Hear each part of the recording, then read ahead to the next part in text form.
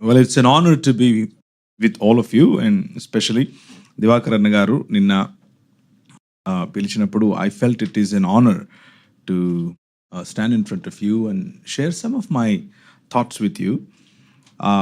నా ఆలోచనలను ప్రభు నాకు నేర్పిన కొన్ని అంశాలను మీ ముందు ఉంచడానికి ప్రభు నాకు ఇచ్చిన అవకాశాన్ని బట్టి ఆయనకు కృతజ్ఞతాస్తుతులు చెల్లిస్తున్నాను. మరి యవన బిడ్డలందరూ కొంతమంది నాకంటే పెద్దవాళ్ళు, కొంతమంది నా వయసులో ఉన్నవాళ్ళు, కొంతమంది నాకంటే చిన్నవాళ్ళు అందరూ ఇక్కడ ఉన్నారు. కాబట్టి let me greet all of you in appropriate way and continue with my this mornings devotion. And మనం ఇంతవరకు చూసినటువంటి వీడియోలో అయినా సరే, మనం చదివినటువంటి ఐజయా చాప్టర్ 53 నుంచి అయినా సరే, అలాగే మిగిలిన రిలవెంట్ స్క్రిప్చర్ పోర్షన్స్ ఈరోజు మనం ఏవైతే 7 వర్డ్స్గా అర్థం చేసుకుంటూ ఉంటామో, all of that sum it together and try to bring to you as a proper meal for today. ఈరోజుకు కావాల్సినటువంటి ఆహారంగా మీ ముందుకు తీసుకొచ్చే బాధ్యత నా మీద పెట్టారు, which is I don't think I deserve such a అలాంటి ఇండస్ట్రియస్ స్టూడెంట్ అయితే నేను కాదు. అయినప్పటికీ I'll try my best to bring whatever I have learned in these few years of my ministry. And let me begin with a little bit of what you can expect today. ఈరోజు మీరు ఏమి expect చేయొచ్చో నేను చెప్తాను. And I'm not a very structured, I can't cater things very structurally. I'm not very strategically 1, 2, 3 A B C kind of guy. I'm more of a biryani, you put everything together, mix it and throw it at you and you find what you want to. And that's the kind of meal that you will have today. It is not an Andhra Bhojanam, it is a Hyderabad biryani, right? Now you understand what I'm trying to say. So Andhra Bhojanam is beautiful and tasty in its own way, and Hyderabad biryani is also bahut badhiya hai. Right, at the end you need to know whether how to relish those delicacies within your taste buds, enjoy them, and kindly pardon me if my taste is a little bit away from yours, right? But I love Andhra food anyways. Yeah, okay. So 7 మాటలు మనకు చక్కగా పిల్లలు పాట పాడి వినిపించారు. And all the 7 మనము చిన్నప్పటి నుంచి చాలాసార్లు వింటూనే ఉంటాం. And all the 4 evangelists, they used their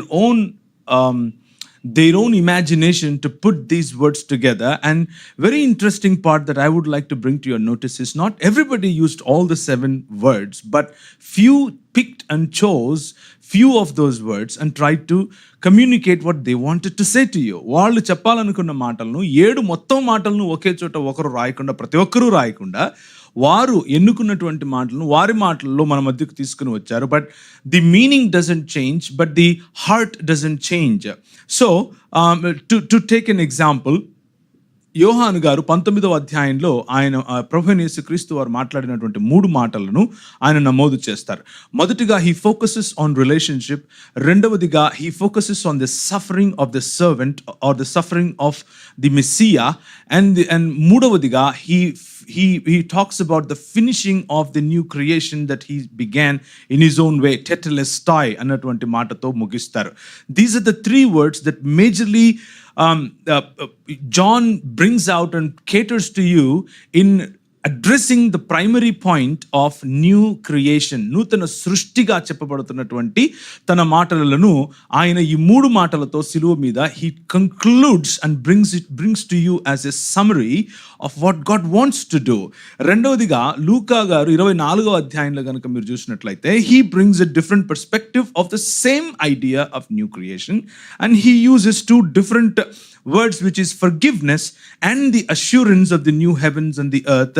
As an intermediary for that new heavens and the earth, he offers to you the paradise which we have lost in connection with God. మనము కోల్పోయినటువంటి దేవునితో ఉన్న సత్సంబంధమును పోలినటువంటి పరదైసును ఆయన ఎవరైతే నమ్మిక ఉంచారో వారికి నూతనాకాశము నూతన భూమికి ముందుగా ఇచ్చేటటువంటి పరదైసు యొక్క అష్యూరెన్స్ను ఆయన ఉపయోగించి he goes back to the same point of new creation, same point of God in restoring the entire world back to him.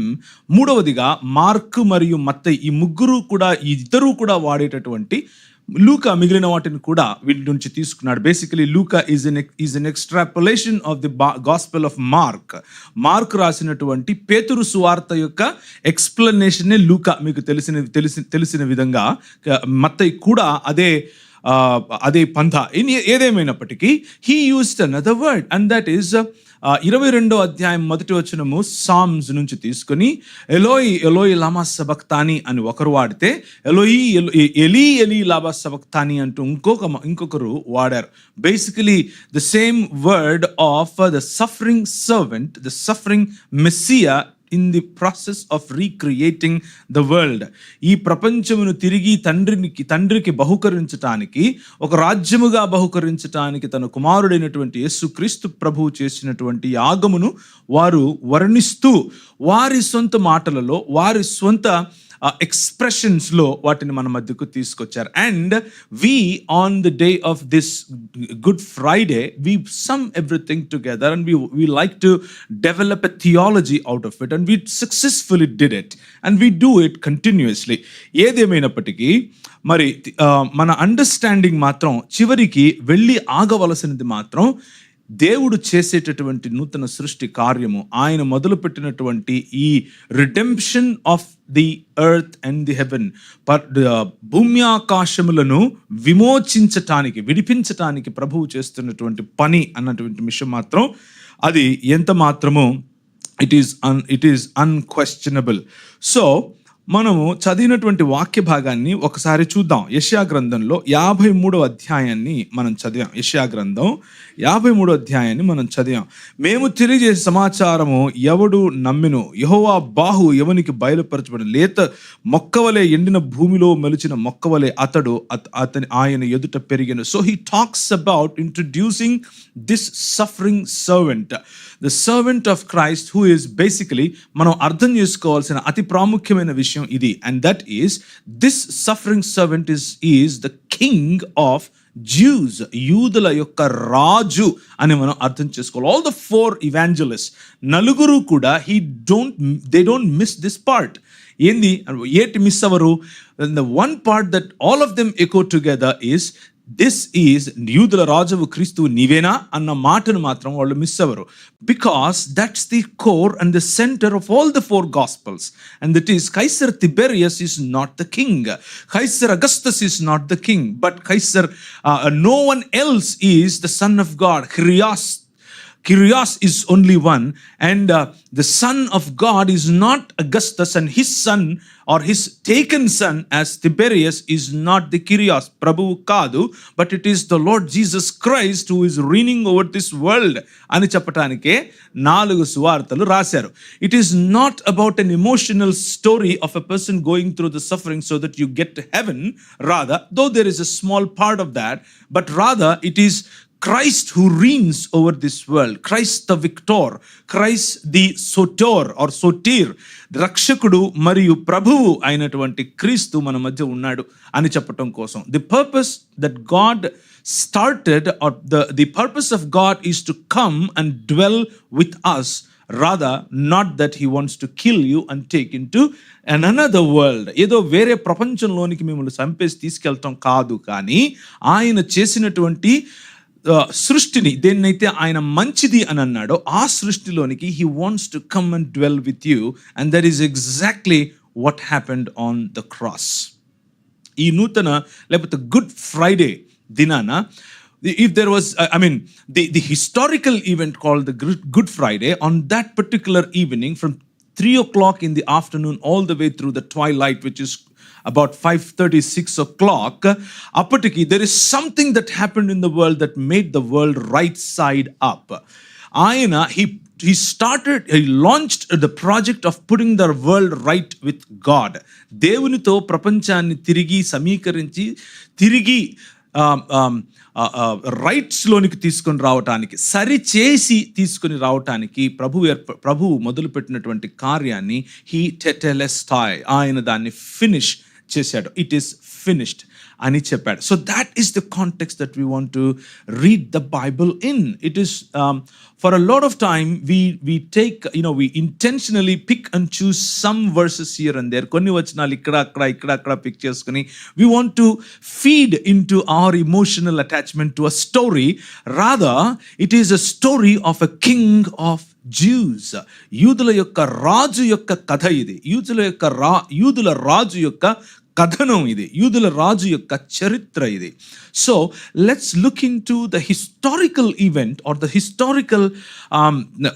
Historical ప్రణాళిక. God's massive or God's intentional way of putting the world right back to himself is the story of the cross, and the cross that made it possible that you and I, మనము అతి పరిశుద్ధ స్థలములోనికి అడుగు పెట్టడానికి ప్రభు అయిన యేసు యొక్క రక్తమును ఏ విధంగా ఆయన ఉపయోగించాడు, ఆ నిబంధనను ఆయన ఏ విధంగా సఫలం చేశాడు అన్న story is the story of Isaiah 53.